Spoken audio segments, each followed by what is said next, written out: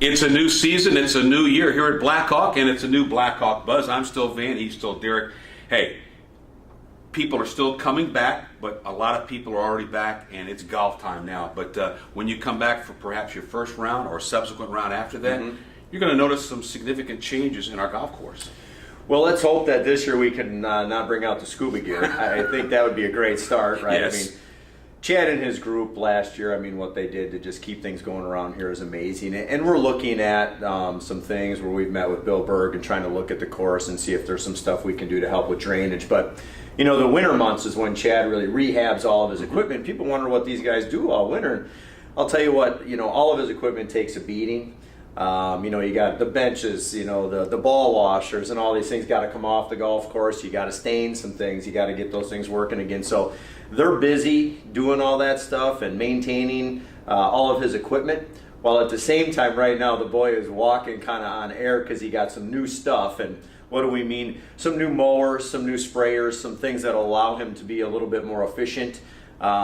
It's interesting, kind of like if you go Titleist, Callaway, TaylorMade, it turns out that, you know, the equipment that he uses to mow is kind of the same way, whereas if Titleist has a 7-iron that's 38 degrees, TaylorMade's might be 37, well, when you look at mower height, when you're doing greens and fairways and stuff, if you have one Toro, one John Deere, an inch to Toro might be an inch and a half to John Deere. So now all of his equipment going into 2019 is very consistent. And it's going to help him deliver a product. You know, we're always trying to, what's the best version of Blackhawk, our crown jewel? And, you know, sometimes you get handcuffed financially a little bit or by older equipment and you try to turn it out. He's ready to roll this year. He's got some really fun stuff. And your golf course is going to be in a lot better shape. You're talking about ready to roll. Let's talk about some of the cosmetic changes, specifically by number 18 green. One of those bunkers has been removed. Yeah, so we're finding out that Chad's crew is actually very talented and can do a lot of things where we don't have to bring in subcontractors and other people to do this stuff. So 18 has been a problem for years, very much like 5 when it comes to flooding in the bunkers. We also know that that back left bunker is very difficult for, you know, members of any level of play to get out of. So when you show up this year, that bunker is gone. It's actually happening today where they're leveling it out. And what you're going to see is a thinner cut of rough there, some fairway where you can putt, you can chip, you know. Music to my ears. Yeah, music to everybody's ears, right? And then while doing that, we also put some drainage into the front left bunker and the front right bunker so that Chad's group is not, you know, tied down, getting that thing bailing water. Yeah, all the time, right? So we're slowly doing things that Chad and his group can do and providing them with the funds to do that. Last year, you saw him get rid of the right side of 10 or the bunker on 1. You'll see that get cleaned up on 10 this year. When he gets done with the project there on 18, we're also doing the range right now where there's going to be a nice short game area where it's not just rough. We're going to level it out and we're really going to make that a little bit more usable. And then I think the last thing on his radar this year is we're going to take that back bunker on 14 out where it's half in that guy's yard. We don't even own the bunker. Did you know that? Right.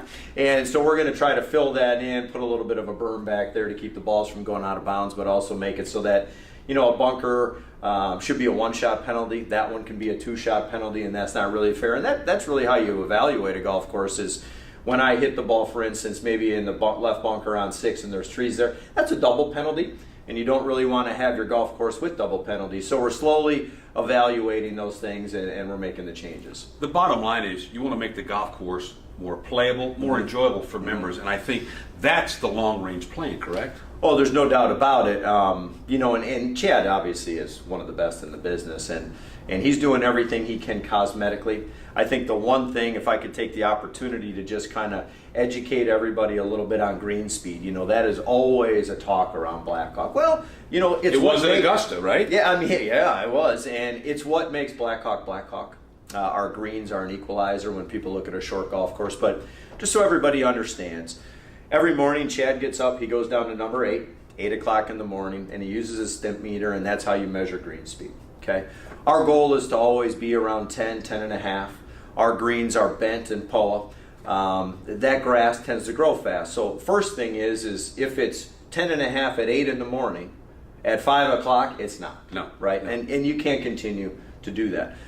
We also found out last year that the rolling portion of our greens actually is probably a little bit better than mowing all the time, and finding that balance sometimes is difficult. So what goes into green speed? Soil temperature, air temperature, angle of the sun, wind, different applications that he uses for fertilizer. One of the things that Chad has done is implemented a new fertilizer, and it's plant growth inhibitor. And what that means is that the grass actually grows down more as opposed to up. And what that means is he doesn't have to mow nearly as much. He saves on fuel, and he becomes a little bit more efficient with his crew. So those are things we're always exploring. But green speed, we do our best. It's not easy to do.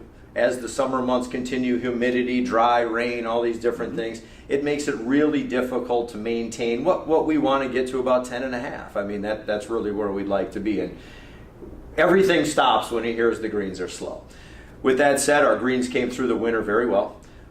We would love to continue to buy more and more covers for our greens. It does really help us with the health of those greens and how they come out of the winter. He's always nervous. If you haven't noticed, he always thinks something, the whole green's going to be dead. And that never happened since 1921. I mean, it is pretty amazing. But we're in some pretty good shape. The course came through very good. Hopefully the changes our members will like. It's all about the playability for every level that we have to look at every year, and I'm pretty excited about 2019. Absolutely. So we've got a lot more to stay tuned for. That's today's Blackhawk Buzz.